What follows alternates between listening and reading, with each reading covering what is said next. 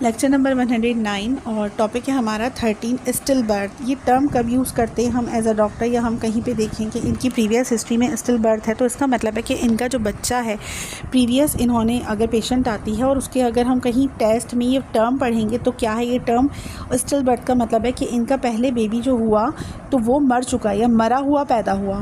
तो इसको टर्म में, मेडिकल टर्म में, डॉक्टर्स की टर्म में कहते हैं स्टिल बर्थ का केस है। ठीक है, तो स्टिल बर्थ के बहुत सारे कॉजेज़ हो सकते हैं। अब हमें वो कॉज डायग्नोज करने हैं। एक पेशेंट आती है क्लिनिक में, वो कहती है कि डॉक्टर साहब मेरे हमेशा मरे हुए बच्चे पैदा होते हैं, या प्रीवियस मेरा बच्चा मर गया उसके बाद मैं कंसीव नहीं कर पाई, या ये मेरा मसला शुरू हो गया, या मुझे हैवी ब्लीडिंग हो गई है, या ब्लीडिंग रुक गई है। मतलब जो भी कंप्लेन लेकर आती है तो वो ये बताती है कि उसका बच्चा मरा हुआ पैदा हुआ था। तो हमें रूट कॉज जानना है एज अ डॉक्टर कि इसके जो बच्चा मर रहा है या मरा हुआ अक्सर पैदा होता है तो वो क्यों होता है। तो इस टर्म को हम कहेंगे स्टिल बर्थ।